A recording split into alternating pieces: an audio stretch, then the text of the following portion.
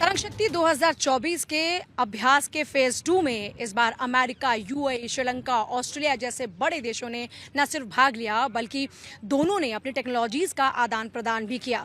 इस अभ्यास के दौरान में टेक्नोलॉजी के साथ साथ मजबूत रिश्ते किस तरीके से तैयार होंगे इस पर भी काम होता हुआ नजर आया, क्योंकि जो चीफ यहाँ पर पहुंचे थे उन्होंने भारत के इस अभ्यास की, इस प्रयास की जमकर तारीफ की।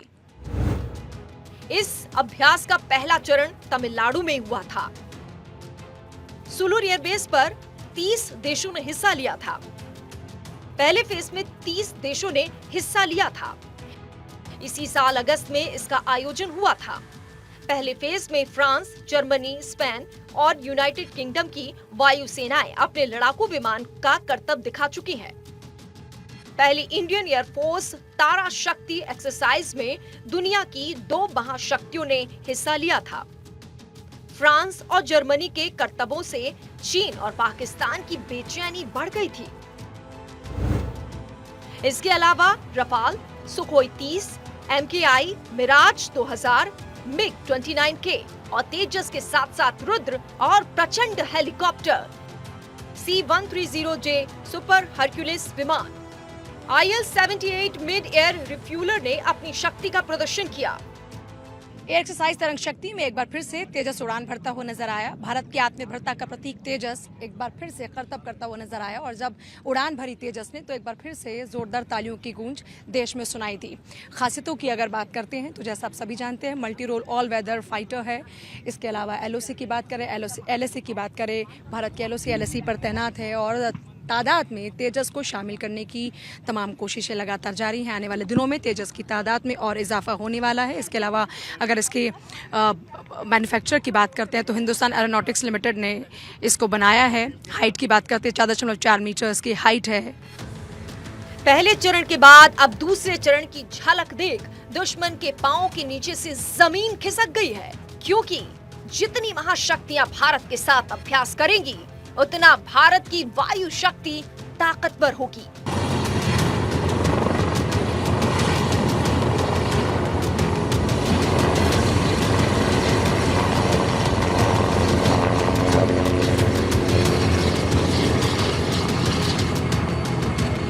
तरंग शक्ति अभ्यास का पहला जो चरण रहा था वो कोयम्बटूर में संपन्न हुआ था, जिसमें अगर देशों की बात करते हैं तो जर्मनी, फ्रांस, स्पेन, UK की वायुसेनाएं शामिल हुई थी और पहले और दूसरे चरण में कुल 800 सैनिक का शामिल हो रहे हैं। 30 अगस्त से शुरू हुए इस हवाई अभ्यास के आखिरी दिन की अगर बात करते हैं तो आपने देखा कि न सिर्फ भारत की ताकत बल्कि जो देश इसमें पार्टिसिपेट करते नजर आए उन्होंने एक दूसरे की टेक्नोलॉजी का आदान प्रदान इस बार किया।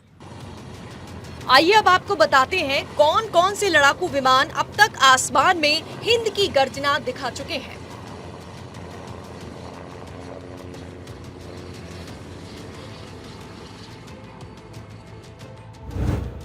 भारतीय वायुसेना के राफेल, सुखोई, मिराज, जगुआर और तेजस जैसे आधुनिक विमानों ने अपने कौशल का लोहा मनवाया।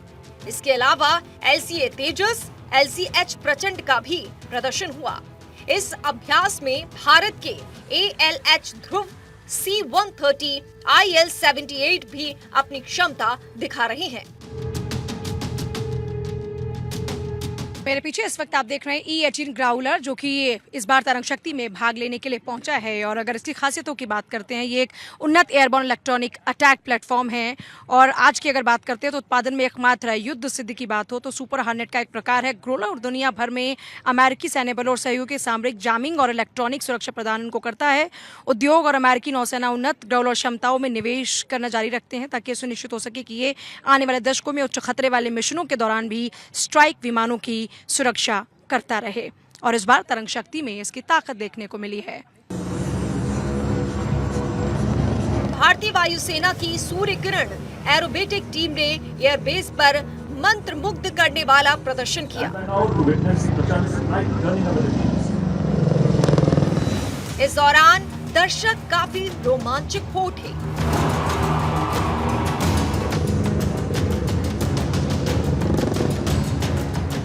वायुसेना के फाइटर जेट ने अलग अलग फॉर्मेशन बनाए और वॉरफेयर दिखाया।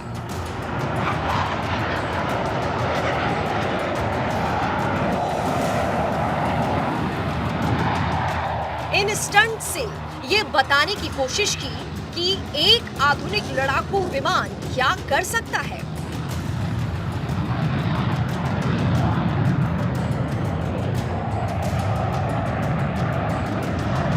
तरंग शक्ति 2024 एक्सरसाइज के तहत जोधपुर के आसमान पर यूएई ग्लोबल आई भी नजर आया।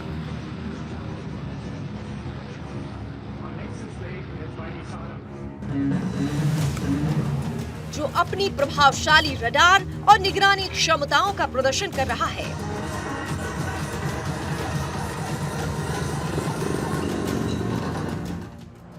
रेगिस्तान में भारत के साथ तरंग शक्ति में अमेरिका, जापान, फ्रांस आया तो चीन और पाकिस्तान के भी होश उड़ गए।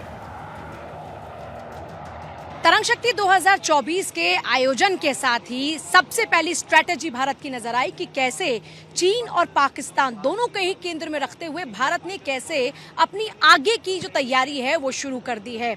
एक तरफ तरंग शक्ति 2024 में अमेरिका, यूएई जैसे देशों के साथ में ये युद्धाभ्यास और दूसरी तरफ तैयारी अगली है कि कैसे इन दोनों देशों से निपटने के लिए भारत तैयार है। उधर जोधपुर एयरबेस पहुंचे रक्षा मंत्री राजनाथ सिंह ने युद्ध अभ्यास के बीच एक बड़ी बात कही। रक्षा मंत्री ने कहा कि तरंग का अर्थ केवल लहर नहीं होता है, लहरों और तरंग तो कई लोगों की बातों में भी होती है। उन्होंने पार्टनर देशों से कहा कि हमें डिफेंस पार्टनरशिप के साथ हार्ट टू हार्ट सिनर्जी बढ़ाने की भी जरूरत है।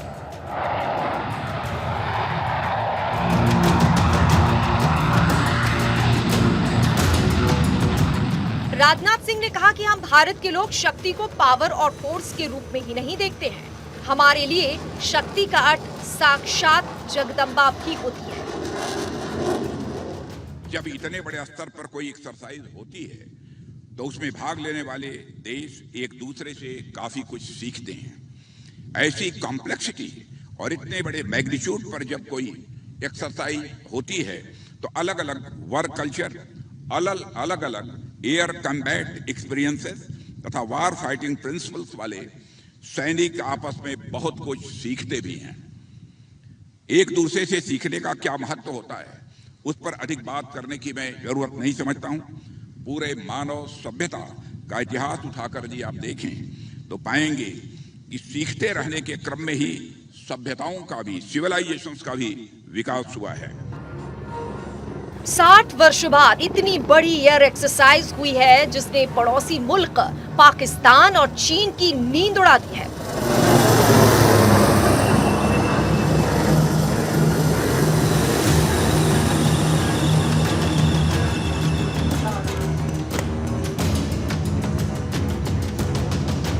बेशक भारत अब तक दुनिया में सर्वाधिक हथियार खरीदने वाले देशों में रहा है, लेकिन बीते कुछ सालों में मेक इन इंडिया से अब वो निर्यात करने वालों की लिस्ट में आ चुका है।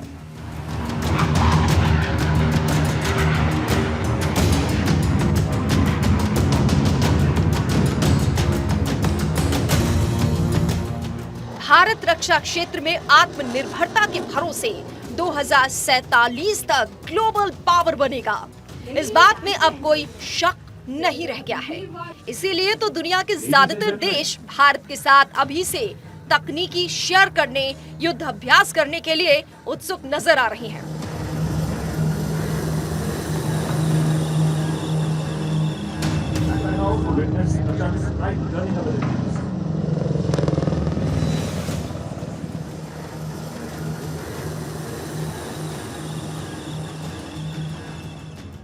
जोधपुर से पूजा यादव के साथ ब्यूरो रिपोर्ट, भारत 24।